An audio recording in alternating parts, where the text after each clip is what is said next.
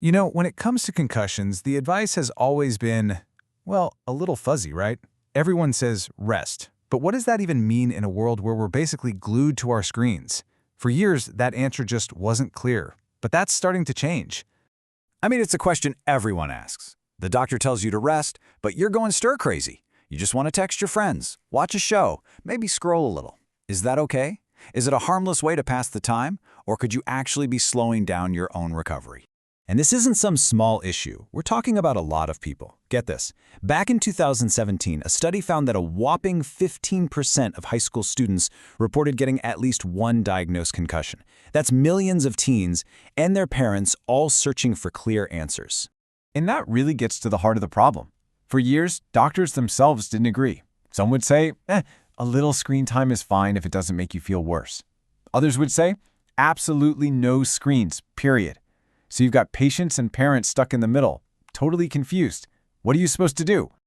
Okay, so to finally cut through all this confusion and get a real solid answer, a research team from the University of Massachusetts Medical Center decided to put it to the test with a proper experiment. And we're not talking about just a simple survey here. Nope. They use what's called a randomized clinical trial, which is really the gold standard in medical research. It's the best way we have to figure out if one thing actually causes another instead of just being a coincidence. So, who were the people in this study? It was 125 patients, all between the ages of 12 and 25.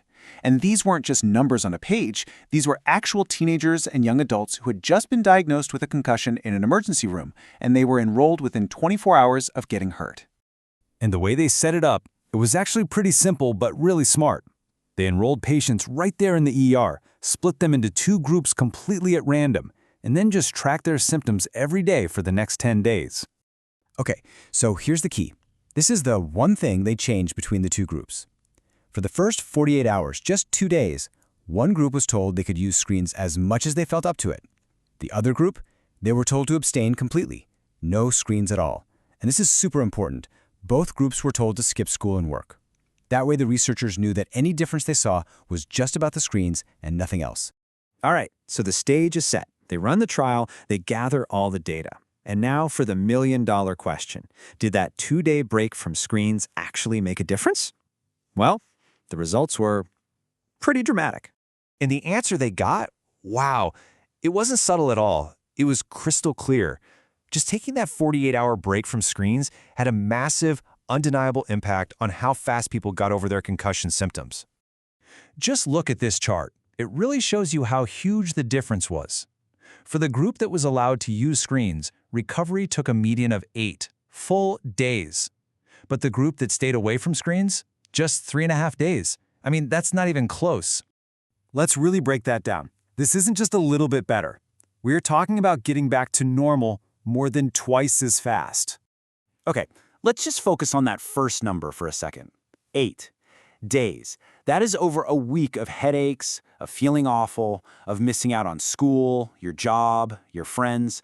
A whole week gone for the group that kept using their screens. Now, let's look at the other number, 3.5 days. By doing one simple thing, putting away their phones, TVs, and video games for just 2 days, these patients cut their recovery time by more than half. They were back on their feet, back to their lives in less than half the time. That's incredible.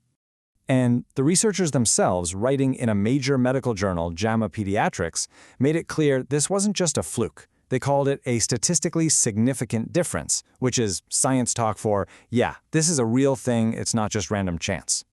But, good scientists are always skeptical, so they double-checked their work. And what you see here is that no matter how they slice the data, they changed what recovered even meant by using different symptom scores, and the result was always the same. The group that stayed off screens got better, faster, every single time. This result is rock solid. Okay, so this is all really cool research, right? But what does it mean for you in the real world, or for someone you care about who gets a concussion? How do we take this science and turn it into a practical plan? Well, the study's own conclusion kind of says it all. This is the evidence that doctors can now use to recommend limiting screen time right after an injury. This is the kind of hard data that can finally get everyone on the same page. So, let's boil it all down. What do you need to remember? First, Putting away screens for the first 48 hours after a concussion could literally cut your recovery time in half. Second, this isn't just a hunch anymore, it's backed by top-tier medical research.